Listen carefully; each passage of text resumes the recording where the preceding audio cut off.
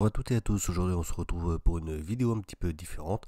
Cette fois-ci on va parler un petit peu de la marque Dacia que j'apprécie pour sa philosophie. Voilà, donc ça va changer un peu de Tesla, les voitures électriques, tout ça. Parce qu'eux ils en ont sorti une, certes une électrique, mais sinon à part ça c'est surtout du thermique. Voilà.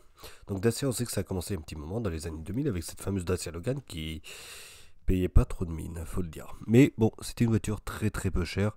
Alors j'ai un petit trou, je sais plus si c'était 5000 ou 7000 euros la voiture. Bref, pour du neuf, c'était vraiment pas cher.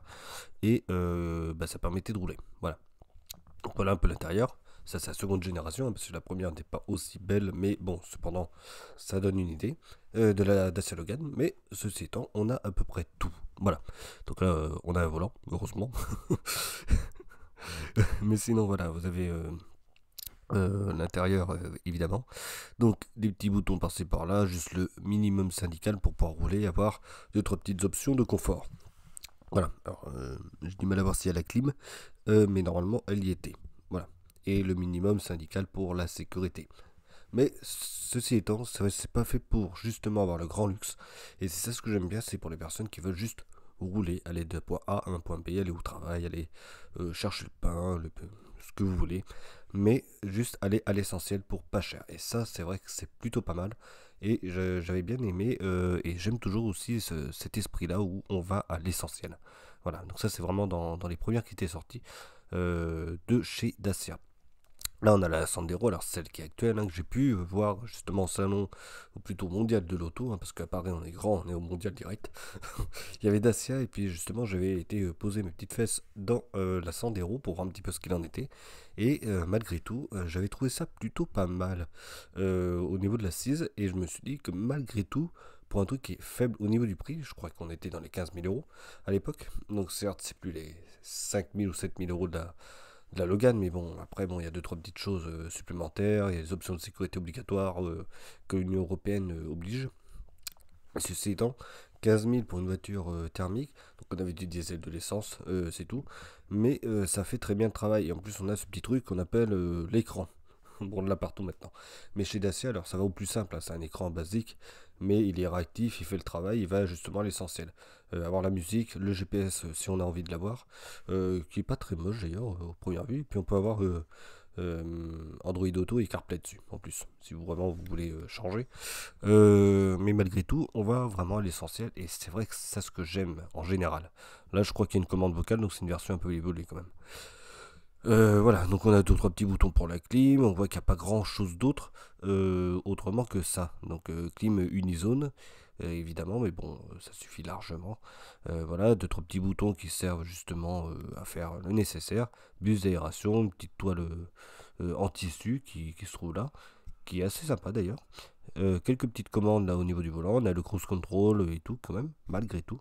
Et c'est vrai, cette voiture, elle permettait aussi d'aller à un point A, un point B avec les choses minimum. Voilà. Donc là, on est vraiment sur une version haut de gamme, hein. Voilà, c'est passé à 15 000, un peu plus, je crois. Mais au moins, on a des petites choses sympas et on va toujours à l'essentiel. C'est ça ce que j'aime en général chez Dacia. Voilà, ça c'est l'intérieur de la Spring, hein. Voilà, l'électrique. Donc elle est là, celle qui est utilisée maintenant par pas mal de, de sociétés là, comme Ziti. Alors ça c'est du côté de Paris. C'est une société de location et interpartage au niveau des voitures. Bon, il y en a pas mal qui sont un petit peu abîmés maintenant. Mais c'était un truc qui s'était fait parce que les voitures, elles étaient vraiment pas chères. Alors évidemment, elles vont pas loin. Vous avez du mal à faire 200 km en ville, il faut le dire hein, quand même. Mais c'est pas pour ça qu'on l'apprend en fait. C'est-à-dire que, ok, les véhicules électriques quand c'est sorti, c'était tous 40 000 euros, 50, 60, je sais pas quoi. C'est toujours le cas de toute façon aujourd'hui. Et eux, ils se sont dit, allez, on se pose là, on arrive, 21 000 euros, vous avez une voiture électrique, c'est pour la ville, terminé. Donc, et ben oui, pourquoi pas. Voilà, donc ça, ce que j'aime bien au moins. Il y a quelques petits packs de batterie là-dedans. C'est fait pour la ville, ça a été dit que c'est fait uniquement pour la ville, il n'y a pas besoin de chercher partout, je sais pas quoi. Il n'y a pas les trucs de recharge ultra rapide, voilà, cherchez pas, là on va juste d'un point A à un point B sans bruit. Terminé. C'est pour ça que j'aime bien un petit peu la philosophie. Et évidemment, pour pas trop cher, c'est moins cher qu'une Fiat 500e, etc. Enfin, Fiat 500, c'est 35 000 euros. Et plein d'autres citadines qui vont pas loin, qui font 35-40 000 euros. Bon, là, au moins, moins de c'était 21 000 euros. Maintenant, c'est 25 malheureusement. Mais pour à peu près ce prix-là, taxe citadine, vous savez que vous n'allez pas plus loin que la ville. C'est une voiture juste pour aller d'un point A à un point B, vite fait dans la ville, ou seconde voiture, on va dire, pour les petits trajets. Voilà. Bon, ça fait le travail. Voilà, donc Dacia Spring, bon. Alors c'est une électrique, d'accord. Bon, c'est vous qui voyez, vous êtes pour, vous êtes contre, mais au moins ils ont eu l'audace de sortir un petit truc pas cher. Voilà, une petite batterie, 200 km d'autonomie, c'est ce qui est annoncé. Et puis ça permet de circuler en silence dans les villes qui, de toute façon, arriveront à faire que de l'électrique. Voilà, c'est triste, mais enfin c'est triste pour ceux qui adorent les moteurs, hein. C'est triste quand on en arrive à là. Et pour ceux qui ont des faibles bourses, malheureusement c'est aussi triste parce qu'il faut pouvoir acheter ce genre de choses. Mais ils ont pensé à nous et malgré tout on a un petit truc pour pas trop cher.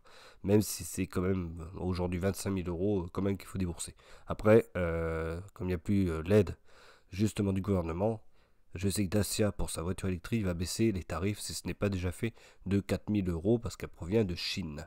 Voilà, c'est peut-être pas cher, mais on sait pourquoi. Voilà. Après, on peut pas tout avoir, malheureusement. Euh, on continue. Hop. Donc ici, on a quoi? On a un Duster. Donc le Duster, ça c'est l'ancienne version, donc le nouveau qui arrive, qui fait très bien le travail. Voilà, c'est 4x4, tout ça. Ça fait bien de travail, c'est pas très cher, ça dans les 20 000 euros et un peu plus. Voilà, et on a un petit peu l'intérieur, un volant tout basique, comme on avait dit, toutes sont pareilles, une petite clim comme ça, l'écran basique, on clique, ça réagit à la seconde près, même pas d'ailleurs, à la fraction de seconde, sans animation et ça, on s'en fout totalement, on est là juste pour avoir le basique du basique et ça c'est vrai que c'est plutôt bien. J'avais vu des vidéos justement qui présentaient un petit peu le système de navigation et il est quand même au top au niveau de la rapidité, sans animation, sans rien, sans gadget dans la voiture. C'est vrai qu'il n'y a pas besoin de réfléchir beaucoup pour le processeur de l'appareil. Alors bah, ça y va direct, c'est instantané. Si on oublie cet appareil-là, toujours compatible CarPlay, Android Auto évidemment. On a deux trois petits trucs qui sont ici, voilà. Ça c'est la version, je crois, c'est plus haut de gamme. La version basée qui n'a pas d'écran et la version haut de gamme qui a l'écran, voilà. Donc néanmoins ça reste pas très très cher et puis ça permet d'avoir un véhicule assez sympa. Et la plupart des personnes qui l'ont, j'avais pas vu, il y a des petites prises aussi, des prises USB. Les personnes qui l'ont sont quand même contents, les propriétaires en sont quand même assez ravis on va dire. Voilà, donc le Dacia Duster qui se trouve là. Ok. Là, on a l'intérieur du Jogger, avant-dernière génération, ou dernière génération, je crois qu'ils sont pas encore mis à jour. Pareil, alors là, c'est grand espace, je sais pas, je crois qu'il y a 7 places, c'est un truc immense. Bon, bah, alors, si vous avez une famille nombreuse, voilà, c'est fait pour vous. Pareil, pas trop cher, un truc grand, et puis qui vous emmène partout. Petit moteur thermique qui va bien, vous remplissez ça en 2-2, c'est bon. Et ça part sur la route. Ça, c'est clair. Voilà, donc on a fait un petit peu le tour des Dacia, on va dire, et c'est vrai que cette philosophie, même si j'ai un peu peur que que ce soit en train de se perdre, on va dire, cette philosophie, j'aimais bien, c'était aller à l'essentiel, pas de chichi, pas de bing bing, pas tout ça. J'ai envie d'une voiture qui roule, je prends ça, je roule, je suis pas embêté, et puis, enfin, je suis pas embêté, façon de parler. Je casse pas totalement mon budget dans l'automobile et c'est vrai que c'était quand même une force chez Dacia, surtout que ça appartient aussi à Renault, donc il y a pas mal de choses qui reviennent de Renault. Alors juste comme ça, je vous le dis, cet écran-là, ou celui que l'on a là, ceux qui ont suivi un petit peu les actus automobiles ont dû voir cet écran quelque part ailleurs, sur l'Alpine A110 de génération actuelle. Ils ont exactement le même écran, seulement ils l'ont mis hop au-dessus comme ça en surélevé avec un pied qui le surélève. Je trouve pas ça super beau d'ailleurs dans une Alpine. Je trouve que justement je trouvais que ça faisait cheap cet écran euh, pour cette catégorie là de voiture je parle. Là on s'en fout, là on n'est pas là pour faire du bling bling. Mais sur une A110 je trouvais que c'était très très bizarre d'avoir ça sur une voiture de sport qui se veut quand même assez haut de gamme quand même. Et là au moins ça correspond à la dalle, tout ça, ça correspond un petit peu à son univers et il est bien posé, il est tranquille ici. Voilà. Donc pareil, dites-moi ce que vous en dites de chez Dacia. Alors j'ai vu le nouveau Duster là, qui est apparu pour cette année 2024, qui va sortir entre 24 à 1000 euros, un truc comme ça. Ça pourrait aller jusqu'à 35 000 euros malheureusement sur les versions les plus haut de gamme avec toutes les technologies que l'on peut avoir aujourd'hui dans une Dacia.